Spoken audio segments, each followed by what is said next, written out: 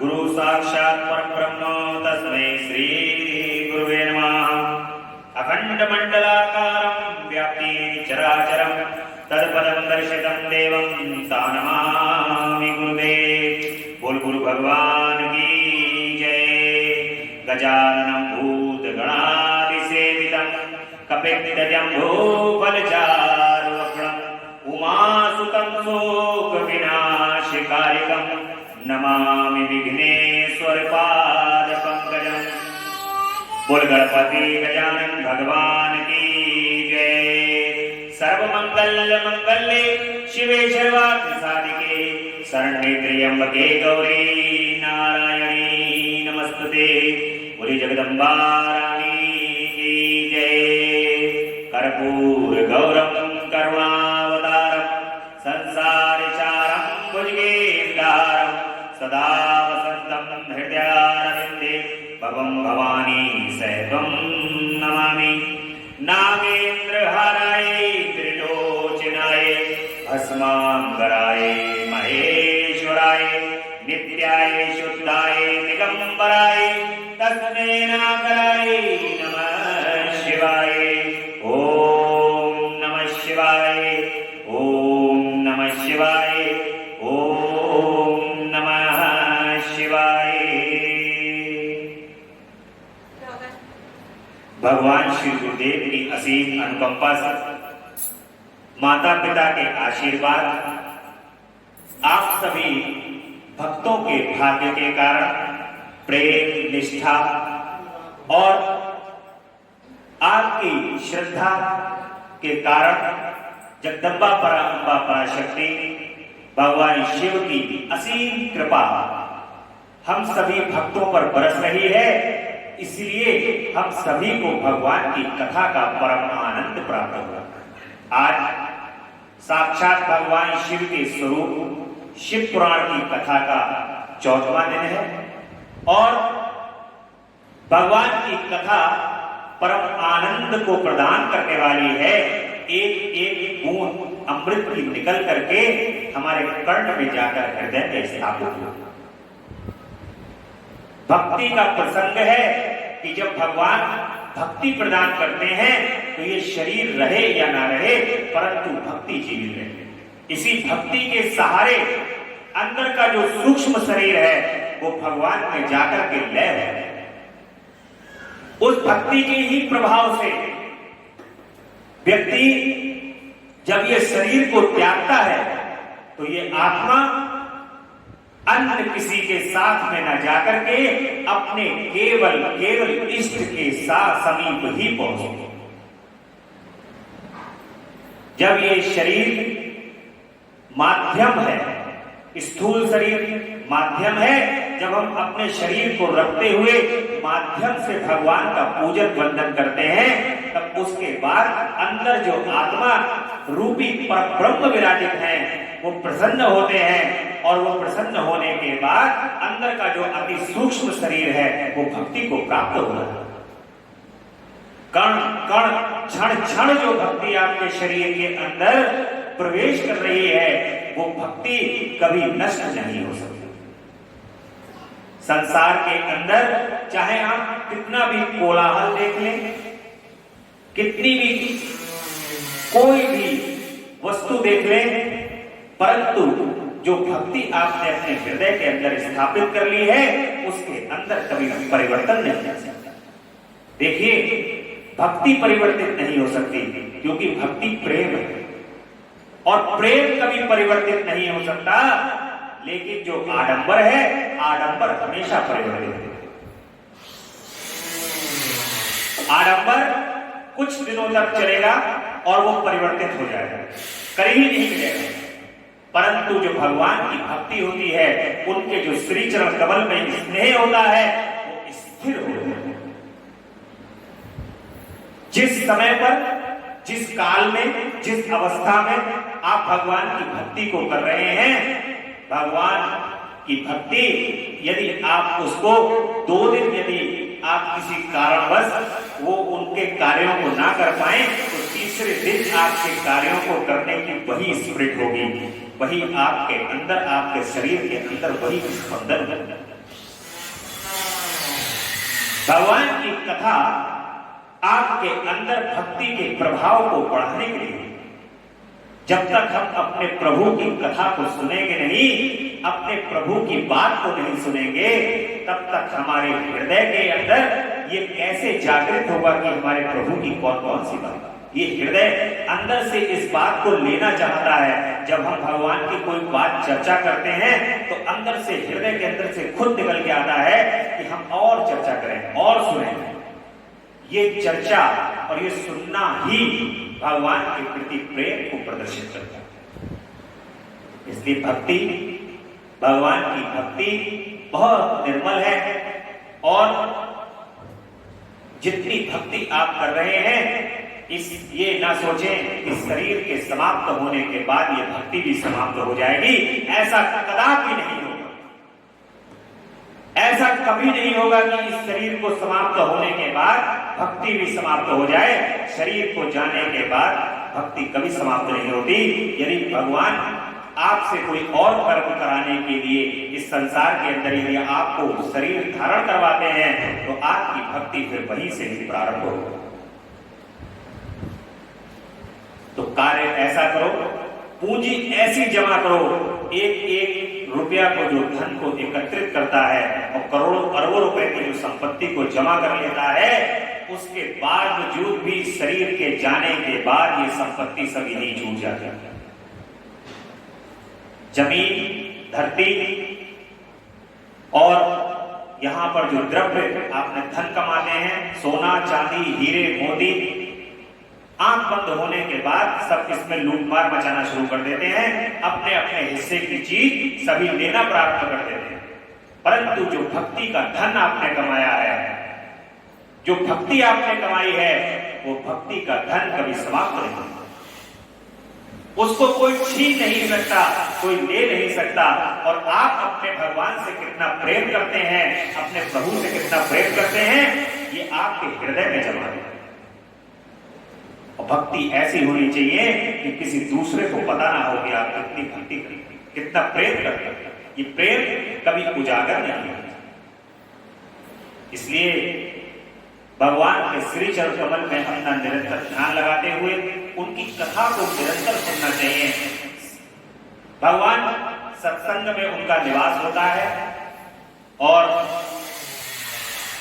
जैसा कि आपने देखा होगा, श्री वृंदावन धाम में श्री हरिदास जी महाराज भगवान के परम भक्त थे। नित्य भगवान उनके पास आते थे, भगवान से नित्य मिलते थे।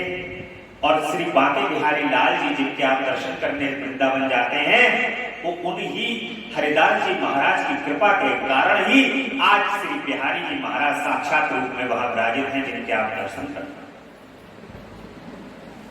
भगवान के भक्तों के अंदर ही एक ऐसी भक्ति के अंदर ही एक ऐसी पावर है कि जो भगवान से मिलवा सकते हैं।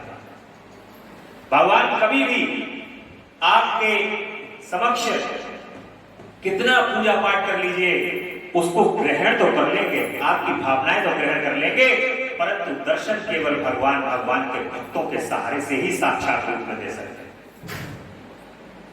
जब तक भगवान के भक्त आपके साथ है, तब तक आप किसी न किसी रूप में भगवान के दर्शन करते रहेंगे। ये बिल्कुल स्पष्ट तौर पर भगवान ने स्वयं कहा है कि मैं, जो भक्त है मेरा, वो मेरी ध्वजा है। जहां कहीं भी भगवान के भक्त होंगे, भगवान वहां पर ध्वजा आगे आगे चलती है। इसलिए जहां पर भगवान के भक्त होंगे तो ध्वजा आगे आगे चलेगी, यानी कि भक्त आगे आगे होगा और भगवान पीछे से आ रहे हैं। ये निश्चित है, ये 100% सत्य है। इसलिए जहां भक्त हैं वहां भगवान के दर्शन अवश्य होंगे।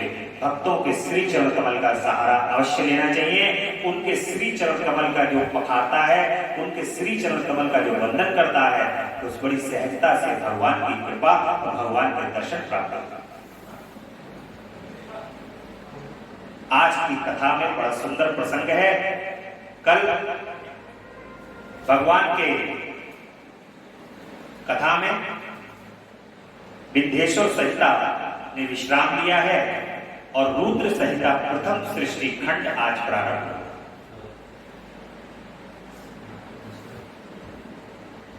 विश्वोद्वसतं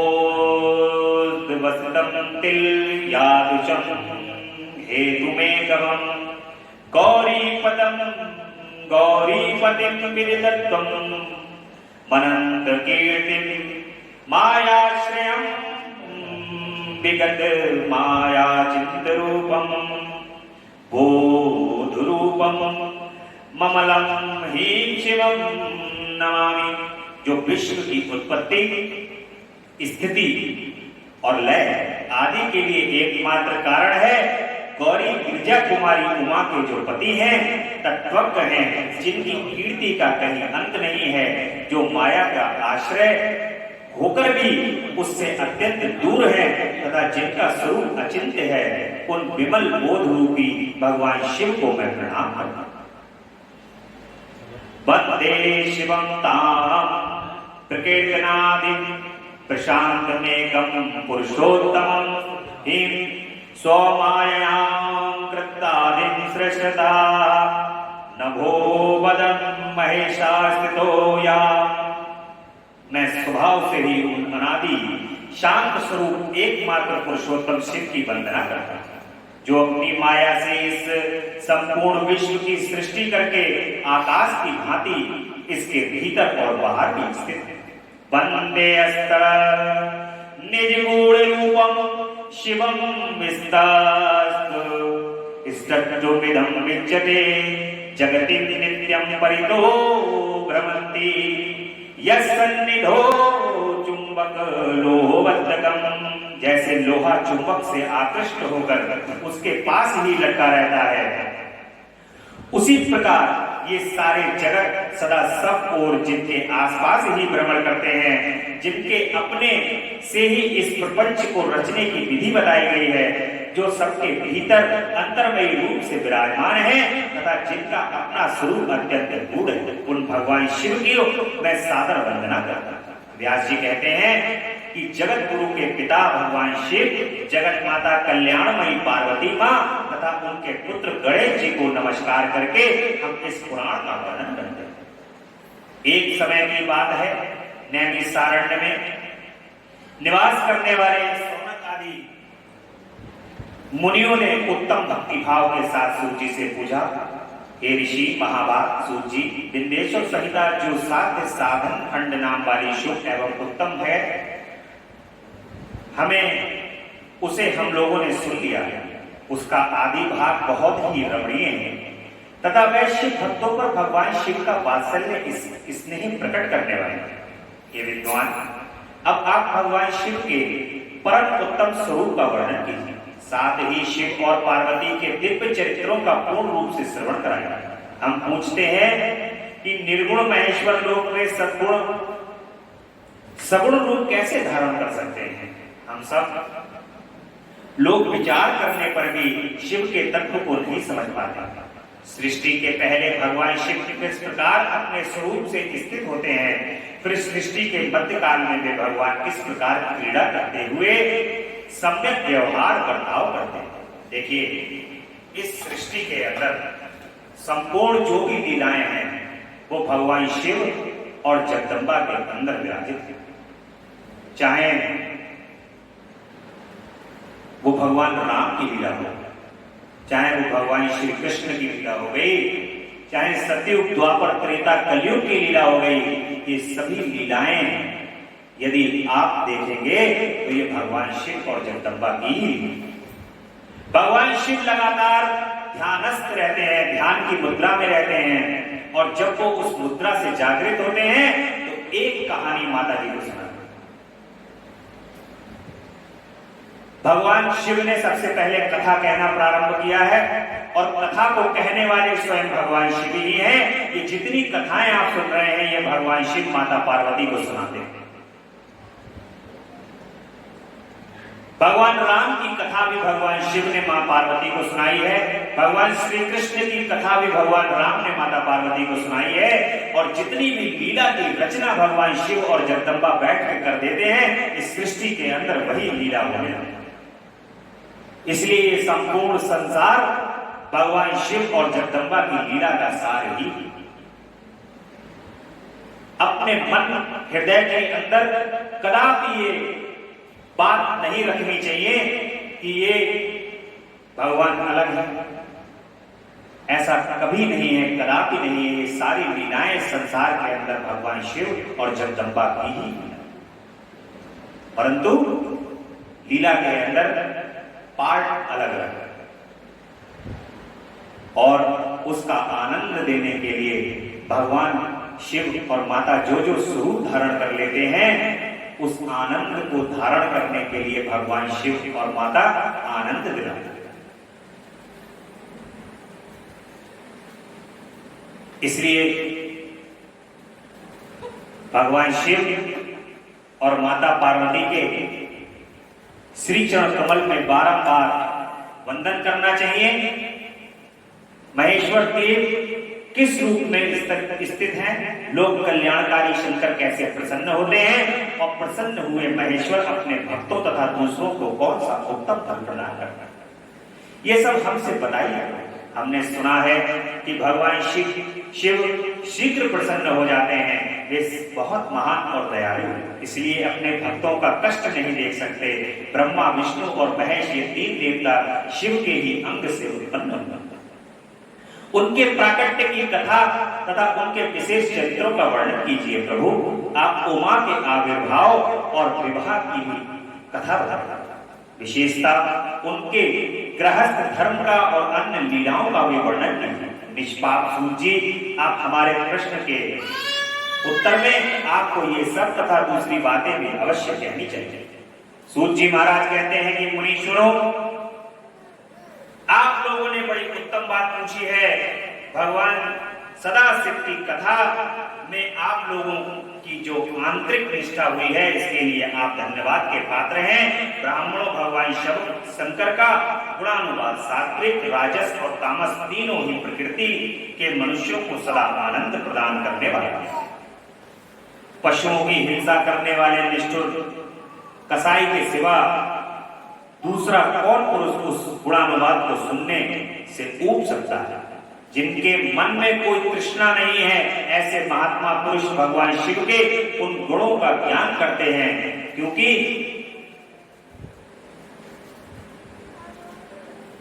वह गुणावली संसार रूपी रोग की दवा है। मन तथा कानों को प्रिय लगने वाली और संपूर्ण मनोरथों को देने वाली है। ब्राह्मणों, आप लोगों के प्रश्न के अनुसार मैं यथा बुद्धि यत्न पूर्वक शिव लीला का वर्णन करता हूँ। आप आदर पूर्वक सुनो। जैसे आप लोग पूछ रहे हैं, उसी प्रकार देवर्षि नारद ने शिव रूपी भगवान विष्णु से प्रेरित होकर अपने पिता से पूछा था।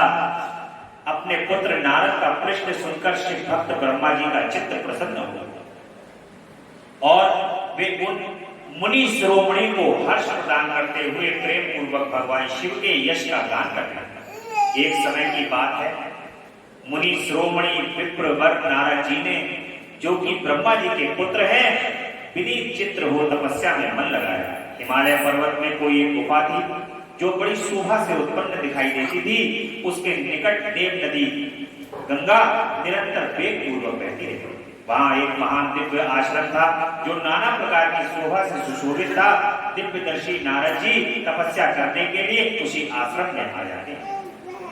उस गुफा को देखकर मुनिवर नारद जी बड़े प्रसन्न हुए और सुदीर्घ काल तक वहां तपस्या करते थे। उनका अंतःकरण शुद्ध था।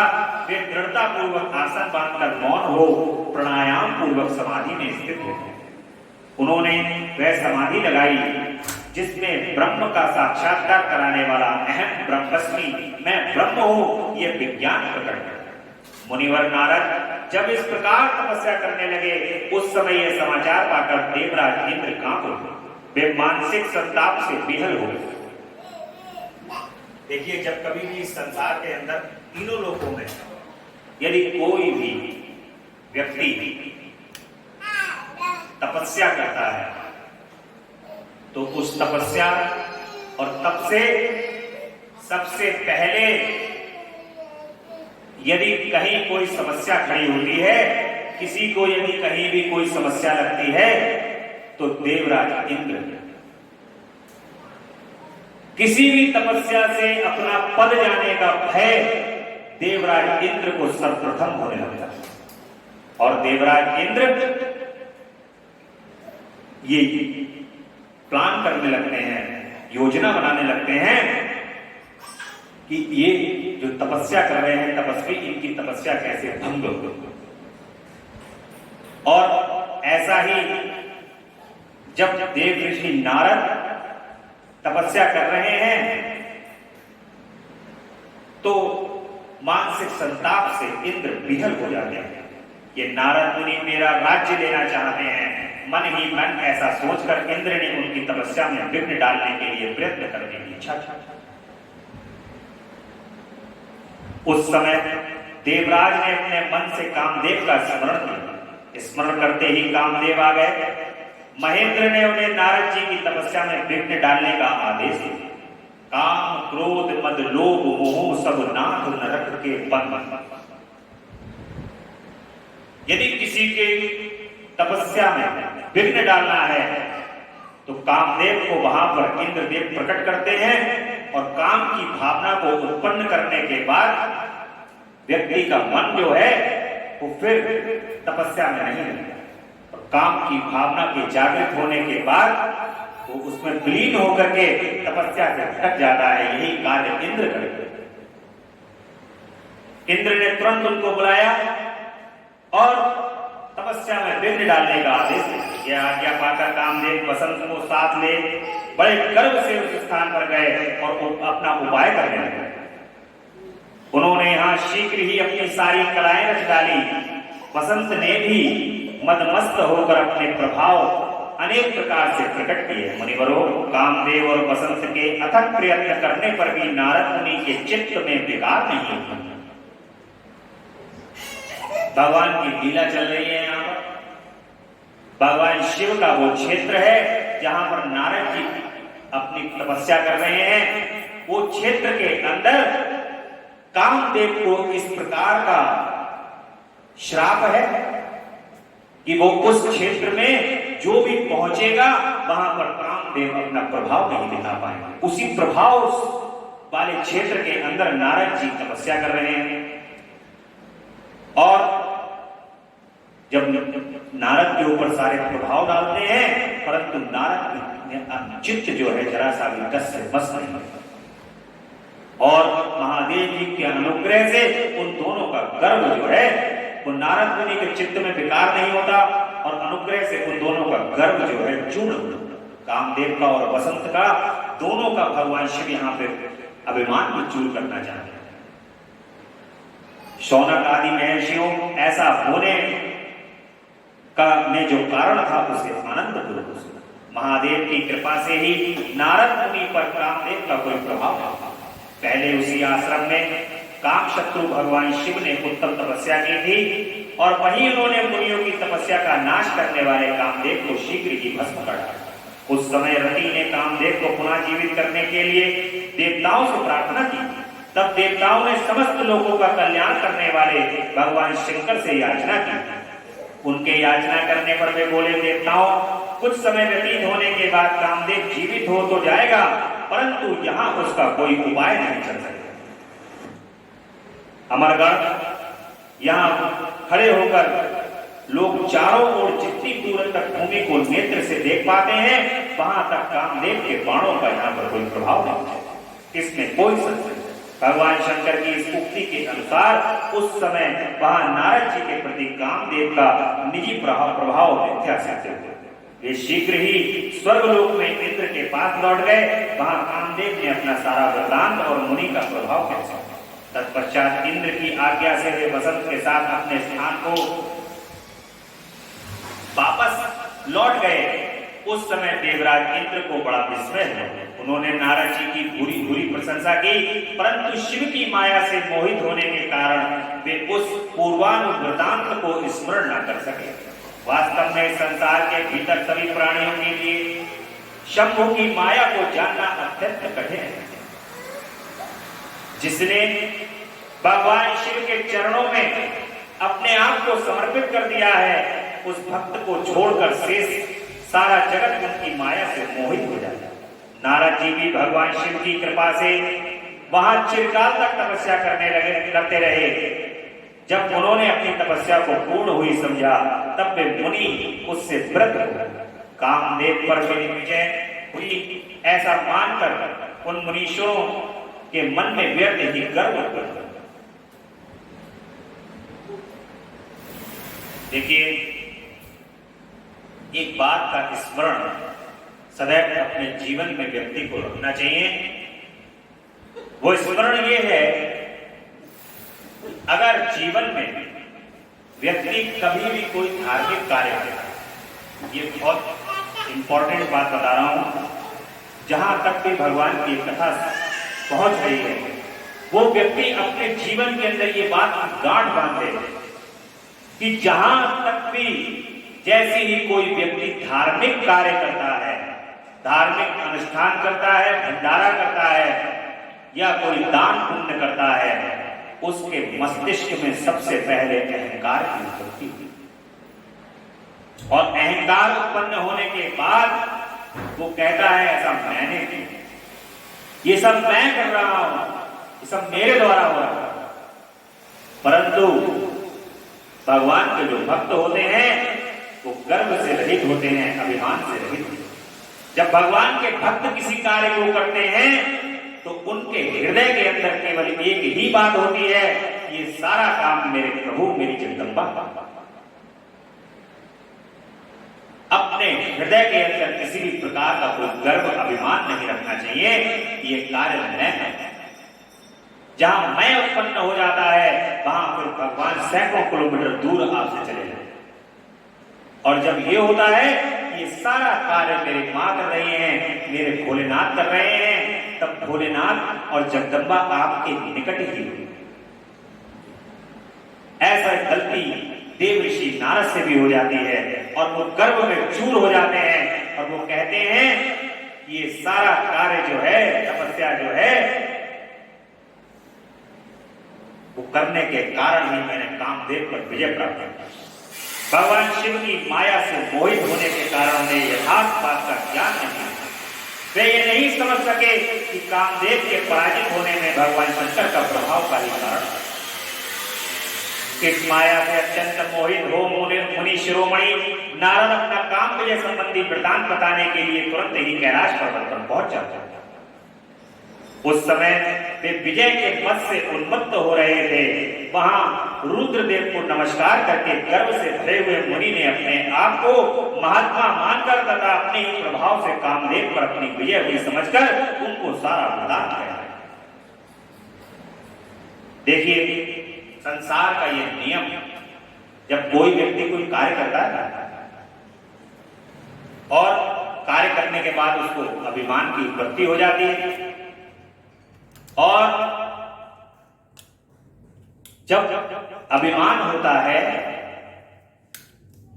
तब सबसे पहले व्यक्ति पता क्या करता है? जब अभिमानी व्यक्ति होगा तो सबसे पहले क्या करेगा? बखान करेगा। और बखान कहां करेगा? हर जगह। उन्होंने कहा कि भाई उनको पता चली नहीं चली हमने ये काम कर दिया, फटाक से फोन करेगा, वहां पे बताएगा, या कोई संदेश भेजेगा किसी व्यक्ति के द्वारा कि उनको पता चलेगा। इसलिए सबसे पहले संसार के अंदर व्यक्ति वहां पहुंचता है। उन्होंने कहा कि भगवान शिव की जो सबसे पहले भगवान शंकर को बताओ, उन्हीं ने कामदेव के ऊपर विजय प्राप्त कर रखी है भगवान शिव ने। अब उनके बाद मैं, नारद जी को यह अभिमान हुआ कि भगवान शिव के बाद अब मैं हूं सेकंड नंबर पर। दूसरे भगवान शिव जो है उत्पन्न हो चुके हैं नारद जी के रूप में, ऐसा नारद जी ने अपने मन के अंदर विश्वास किया। उन्होंने कहा तुरंत बताओ जाके हमको, फर्स्ट नंबर को तुरंत बताओ कि तुम्हारा अल्टरनेट भी यहां पर बन चुका है। और भगवान शंकर के पास पहुंचे तुरंत। भगवान को बड़े ही उसमें वृतांत अपना बताने लगे कि प्रभु ऐसा ऐसा करके हुआ और मैं ब्रह्म को प्राप्त हो गया, ब्रह्म हो गया, और ब्रह्म होने के कारण मेरे ऊपर कामदेव का कोई प्रभाव नहीं। आपके बाद ऐसा दूसरा व्यक्ति मैं हूं, ऐसा कहकर के नारद जी जो है वो अपना बखान करना। यह सब सुनकर भक्तवत्सल भगवान शिव नारद जी से, जो अपनी ही माया से मोहित होने के कारण काम विजय के यथार्थ कारण को नहीं जानते थे और अपने विवेक को भी खो बैठे थे, कहा। भगवान शिव कह रहे हैं कि तात नारद, तुम बड़े विद्वान हो, धन्यवाद के पात्र हो, परंतु मेरी ये बात ध्यान देकर सुनो। देखिए, अगर सामने वाला व्यक्ति ज्ञान आपसे बड़ा व्यक्ति है, आप यदि किसी भी चीज का कोई अभिमान कर रहे हैं या कोई बात कर रहे हैं, तो वो आपको समझाने की कोशिश करेगा कि बेटा ये चीज यहाँ पर अभिमान मत करो, ये अभिमान करना यहाँ पर ठीक नहीं है। जो सामने विनम्र होता है, भक्तशील होता है, वो उस चीज को समझ जाता है कि हाँ यहाँ पर ये चीज हमें नहीं करनी चाहिए, हम गलत कर रहे हैं। लेकिन जो घोर अभिमानी व्यक्ति होगा वो कभी समझेगा ही नहीं, उसके तो दिमाग में पत्थर पड़े हुए होते हैं। वो कभी जैसे रावण, पूरा घर खानदान उसको समझाते समझाते समझाते समझाते सबको उसने पार उतार दिया, लेकिन उसके एंड तक समझ में नहीं आई अभिमान के कारण। तो ऐसा भी होता है, परंतु भगवान शिव अपनी एक कोशिश नारद जी पे अवश्य कर रहे हैं। वो कह रहे हैं कि ये नारद मुनि ध्यान देकर सुनो, अब से फिर कभी ऐसी बात कभी कहीं भी मत करो।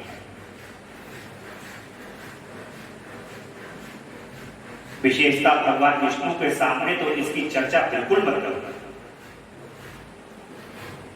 क्योंकि नारद जी लगातार कहते रहते हैं नारायण नारायण नारायण नारायण, श्रीमन नारायण नारायण नारायण, श्रीमन नारायण नारायण नारायण, लक्ष्मी नारायण नारायण नारायण, लक्ष्मी नारायण नारायण नारायण, भगवान नारायण नारायण नारायण नारायण नारायण, श्रीमन नारायण नारायण नारायण, श्रीमन नारायण नारायण नारायण। तो भगवान शिव कह रहे हैं कि ऐसी बात कभी भी भगवान विष्णु के आगे तो नारद कह रहे हैं। तुमने मुझे जो ये वृतांत बताया है, ये वृतांत भगवान विष्णु के आगे तो बताना, उसे पूछने पर भी दूसरों के सामने कभी कहना मत। ये सिद्धि संबंधी वृतांत सर्वदा गुप्त रखने योग्य है, इसे कभी किसी पर प्रकट नहीं करना चाहिए। तुम मुझे विशेष प्रिय हो, इसलिए अधिक जोर देकर मैं तुम्हें यह शिक्षा देता। भगवान कह रहे हैं कि ये नारद, तुम मुझे बहुत प्रिय हो और इसलिए मैं तुमसे कह रहा हूं। कोई व्यक्ति जब किसी के लिए प्रिय होता है ना, और सामने वाला यदि कोई व्यक्ति गलती कर रहा होता है, तो जो अपना व्यक्ति होता है, देखिए दुश्मन व्यक्ति जो होगा वो आपको सदा पता है क्या कहेगा, आपको कहेगा बहुत बढ़िया करो। लेकिन जो आपका आलोचक होगा, यानी कि आलोचना करने वाला व्यक्ति, आपकी बात को देख करके जो आपकी आलोचना करेगा, वो व्यक्ति हमेशा ही आपका शुभचिंतक करता है। वो ये कहेगा, जो आपको गर्त में ले जाने, गड्ढे में ले जाने वाला होगा, वो हमेशा आपकी बड़ाई करेगा, कहेगा बहुत अच्छी, गलत काम पे बड़ाई करेगा, कहेगा बहुत अच्छी बात है, बहुत बढ़िया, मन प्रसन्न हुआ, ऐसी करो। परंतु जो आपके बारे में निरंतर सोचता होगा, जिसको लगता होगा कि आप गलत रास्ते पर जा रहे हैं, वो आपको गलत रास्ते पर जाने के लिए जरूर रोकेगा कि यहां इस रास्ते पर मत चलो। ऐसा ही भगवान शिव कहते हैं नारद से कि तुम मुझे बहुत प्रिय हो। हे नारद, ऐसी गलती कदापि मत करो, इसे कभी किसी पर प्रकट नहीं करो। तुम विशेष रूप से मुझे प्रिय हो, इसलिए अधिक जोर देकर मैं तुम्हें यह शिक्षा दे रहा हूं और इसे ना कहने की आज्ञा दे रहा हूं, क्योंकि तुम भगवान विष्णु के भक्त हो और उनके भक्त होते हुए भी मेरे अत्यंत अनुगामी। इस प्रकार बहुत कुछ कहकर संसार की सृष्टि करने वाले भगवान रुद्र ने नारद जी को शिक्षा दी। अपने वृतांत को गुप्त रखने के लिए उन्हें समझाया बुझाया, परंतु वे तो शिव की माया से मोहित थे। भगवान शिव ही ये लीला कर रहे हैं। उनको नारद जी के अंदर उत्पन्न हुए अहंकार को नष्ट कर। भगवान शिव अहंकार का भक्षण करने वाले देव हैं। किसी व्यक्ति के अंदर यदि अहंकार की उत्पत्ति होती है तो शिव उसके अहंकार का भक्षण करते हैं और शुद्ध रूप में प्रकट कर देते हैं। अपने शिव की भक्ति से मोहित होते हैं। नारद जी ने शिव की माया से मोहित हैं और ऐसा लग रहा है कि जैसे भगवान शिव जो है बोल रहे हैं, एक कान से मैं सुन रहा हूं, दूसरे कान से उस चीज को निकाल रहा हूं। जैसे जो अभी कोई व्यक्ति किसी के बहुत बड़ा कोई काम कर आया और काम करने के बाद यदि आप उसके सामने कहो ना कि अरे अभी किसी को मत बताना, ये बात खुद रखना,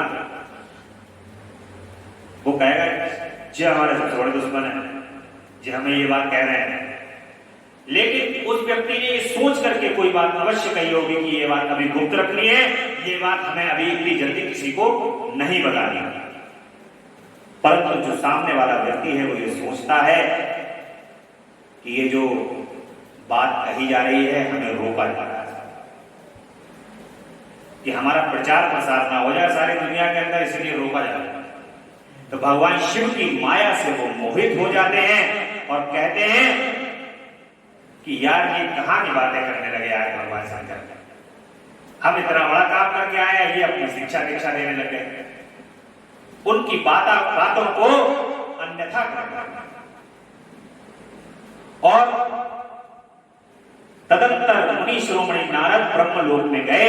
वहां ब्रह्मा जी को नमस्कार करके उन्होंने कहा कि पिताजी, मैंने अपने तपोबल से कामदेव को जीत लिया। भगवान शंकर की वहां एक बात नहीं मानते हुए नारद जी तुरंत अपना बखान ब्रह्मा जी के आगे किए और कहते हैं कि कामदेव को मैंने जीत लिया है। उनकी ये बात सुनकर ब्रह्मा जी ने भगवान शिव के चरणारविंदों का चिंतन किया। भगवान ब्रह्मा जी ने भगवान शिव के चरणारविंद का चिंतन किया और सारा कारण जानकर अपने पुत्र को ये सब कहने से मना कर दिया। अब उनके पिता भी कहते, देखिए पिता, भगवान शिव का स्वरूप जो है गुरु का स्वरूप है।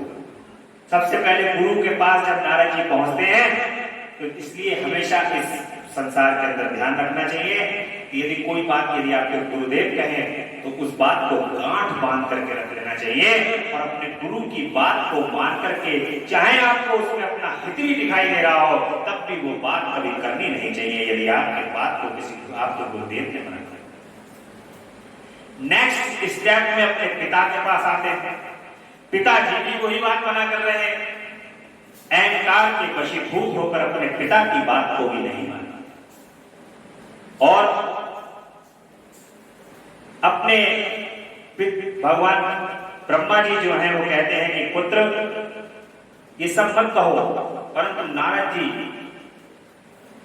उनकी बात को नहीं मानते और वहां से शीघ्र ही विष्णु लोक को पधार जाते हैं।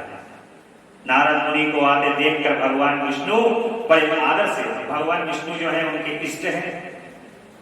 श्रीमन्नारायण नारायण नारायण, श्रीमन्नारायण नारायण नारायण, लक्ष्मी नारायण नारायण नारायण, लक्ष्मी नारायण नारायण नारायण, भजबन नारायण नारायण नारायण। ऐसे नारायण नारायण करते हुए नारद मुनि भगवान विष्णु के लोक में पहुंचे। अब चूंकि इस संसार में जितनी माया है वो भगवान शंकर और भगवान विष्णु और ब्रह्मा जी की माया। प्रणवक्षर के मध्य ये तीनों एक ही हैं। ये लीला कर रहे हैं, नारद के गर्भ को नष्ट करने का प्रयास कर रहे हैं। अब विष्णु जी क्या करते हैं, जैसे ही देखते हैं कि मेरा परम भक्त नारद आ रहा है, उस समय पर वे भगवान विष्णु अपने स्थान से खड़े हुए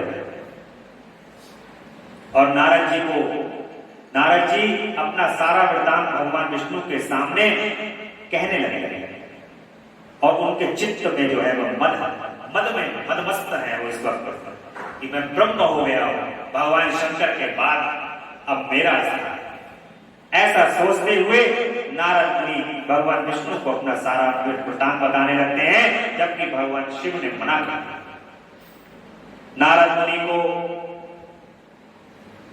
भगवान विष्णु ने बड़े आदर से बैठाया, हृदय से लगा दिया। भगवान समझ रहे हैं कि है तो मेरा वो ये निर्मल भक्त। देखिए संसार के अंदर हमेशा इस बात ध्यान रखिए, हम हमेशा व्यक्ति के दुर्गुणों को देख करके उस व्यक्ति को खराब समझते हैं। हमेशा दुर्गुण खराब होते हैं, व्यक्ति खराब नहीं होता। यदि आपका कोई सगा संबंधी, आपका अपना कोई इष्ट मित्र है, उसके अंदर यदि कोई दुर्गुण प्रवेश कर गया है तो हमें ये प्रयास करना चाहिए कि हम उस दुर्गुण को उससे निकालें। जब दुर्गुण निकलेगा तो फिर से वही निर्मल व्यक्ति है, निर्मल शुद्ध व्यक्ति है। इसलिए संसार के अंदर कभी भी दुर्गुण निकालने का प्रयास हम नहीं करते, हमेशा उस व्यक्ति को खराब मानकर छोड़ देते। व्यक्ति खराब नहीं है, उसके अंदर उत्पन्न हुआ गुण खराब है। हमें प्रयास करना चाहिए कि हमें उन गुणों को, जो अवगुण उत्पन्न हो गए हैं, उन अवगुणों को हटाना। जो महात्मा और सिद्ध पुरुष होते हैं वो व्यक्ति के अवगुणों को निकालने का प्रयास करते हैं। ऐसे ही भगवान विष्णु भी बड़े हृदय से शीघ्र उनको लगा लेते हैं और कहते हैं कि मुनि के आगमन का क्या है, इसका उन्हें पहले से ही पता था। नारद जी को अपने आसन पर बैठाकर भगवान शिव के चरणारविंदों का चिंतन करते हुए भगवान विष्णु कहते हैं कि तात कहां से आते हैं, कहां किस लिए तुम्हारा आगमन हुआ है। मुनि श्रेष्ठ, तुम धन्य हो, तुम्हारे शुभ आगमन से मैं पवित्र हो गया। अब चूंकि पद प्राप्त करके आए हैं ब्रह्म का, इसलिए भगवान विष्णु जो है वो बड़ा आनंद ले रहे हैं। और ऐसे अभिमानी व्यक्ति को जब ऐसा आदर प्राप्त होता है तो बड़ा गर्वित हो जाता है अंदर से, और गर्व आ गया नारद जी को। और भगवान विष्णु का यह वचन सुनकर गर्व से भरे हुए नारद मुनि मद से मोहित होकर अपना सारा वरदान बड़े अभिमान के साथ कहने लगे। नारद मुनि का ये अहंकार युक्त वचन सुनकर मन ही मन भगवान विष्णु ने उनकी काम विजय के यथार्थ कारण को पूर्ण रूप से जाना। सर्वज्ञ सर्वज्ञानी भगवान विष्णु जो है वो जान गए कि नारद जी ये सारी बातें बता रहे हैं ये किस कारण से हुई। देखिए, कोई व्यक्ति अगर सामने बोल रहा हो ना कि हमने ऐसे ऐसे करके कामयाबी हासिल की है, जैसे फॉर एग्जाम्पल किसी ने 98% नंबर हासिल किए और वो सामने आया, आपको पता है ये नकल करके पास हुआ तो, और आपके ही जानने वालों ने नकल कराई है, आपके ही सामने उसने नकल करके पास किया है, तो वो कहेगा ना भाई क्या रहा रिजल्ट तुम्हारा, तो कहे साहब 98% आया, बड़े गर्व से कहेगा 98%। तो वो 98% किसके सामने आप कह रहे हो, जिसको सब कुछ पता है कि आपके 98% आए कैसे। ऐसा ही कारण, ऐसा ही वृतांत नारद जी का भी यहीं पर है। भगवान विष्णु सर्वव्यापी है, उनको सब पता है ये किस कारण से हुआ, कहां पर भगवान शिव का प्रभाव था। शिव के प्रभाव के कारण नारद जी ऐसा नहीं हुआ। इसलिए विष्णु जी कहते हैं कि हे मुनि श्रेष्ठ, तुम धन्य हो, तपस्या के तुम भंडार ही हो प्रभु, तुम्हारा हृदय में बहुत उदार है। हे मुनि, जिनके भीतर भक्ति ज्ञान और वैराग्य नहीं होते, उसी के मन में समस्त दुखों को देने वाला काम मोह और विकार शीघ्र उत्पन्न होता है। तुम तो नैष्ठिक ब्रह्मचारी हो और सदा ज्ञान वैराग्य से युक्त रहते हो, फिर तुमसे काम विकार कैसे आ सकता है। तुम तो जन्म से ही निर्विकार तथा शुद्ध बुद्धिमान। श्री हरि की कही हुई ऐसी बहुत सी बातें सुनकर मुनि श्रोमणी नारद जोर जोर से हंसने लगे और मन ही मन भगवान को प्रणाम करके इस प्रकार बोले। नारद जी कहते हैं, हे स्वामी, जब मुझ पर आपकी कृपा है तब बेचारा कामदेव अपना क्या प्रभाव दिखा सकता है। ऐसा कहकर भगवान के चरणों में मस्तक झुकाकर इच्छानुसार विचरने वाले नारद मुनि वहां से चले गए। अब आगे की आज तक की कथा में आपने यहाँ का बड़ा ही सुंदर प्रसंग सुना कि नारद जी के हृदय में किस प्रकार से अभिमान की उत्पत्ति हुई।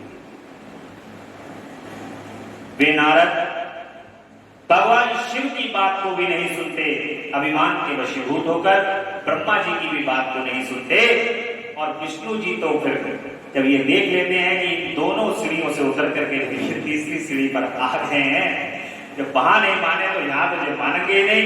अब इनके अभिमान को चूर ही करना पड़ता। कल की कथा में माया निर्मित नगर में नारद जी किस प्रकार से पहुंच जाते हैं और अभिमान का किस प्रकार यहाँ पे चूर होगा, ये कल की कथा में हम सुनेंगे। अधिक मास के इस महीने में नारद जी के द्वारा भगवान विष्णु की एक कथा आप लोग सुन रहे हैं और बड़ा सुंदर प्रसंग है, आनंद को प्रदान करने वाला है। बोली भक्तवत्सल भगवान की जय, शंकर भगवान की जय। आज की कथा यही विश्राम लेगी और पहले भगवान विष्णु का स्मरण करेंगे, फिर भगवान शिव का बड़ा सुंदर स्मरण करते हुए आज की कथा में आरती होगी। श्रीमन्नारायण नारायण नारायण, श्रीमन्नारायण नारायण नारायण, लक्ष्मी नारायण नारायण नारायण, लक्ष्मी नारायण नारायण, श्रीमन्नारायण नारायण नारायण, श्रीमन्नारायण नारायण नारायण। हरे राम राम राम हरे हरे, हरे राम राम राम हरे हरे, हरे कृष्णा कृष्ण कृष्ण हरे हरे, हरे राम राम हरे हरे, हरे कृष्णा हरे कृष्ण हरे हरे, हरे राम राम राम हरे हरे। बोली भक्तवत्सल भगवान की जय। तेरा पल पल बीता जाए मुख से जप ले नमः शिवाय, तेरा पल पल बीता जाए मुख से जप ले नमः शिवाय। ओम नमः शिवाय, ओम नमः शिवाय, ओम नमः शिवाय, ओम नमः शिवाय। मुसाफिरी जब पूरी होगी चलने की मजबूरी होगी, मुसाफिरी जब पूरी चलने की मजबूरी होगी, अवसर खाली न जाए मुख से जप ले नमः शिवाय। तेरा जप ले नमः शिवाय, ओम नमः शिवाय, ओम नमः शिवाय, ओम नमः शिवाय, ओम नमः शिवाय। दिन रात रटते रहें ओम नमः शिवाय, ओम नमः शिवाय, ओम नमः शिवाय। बोले हर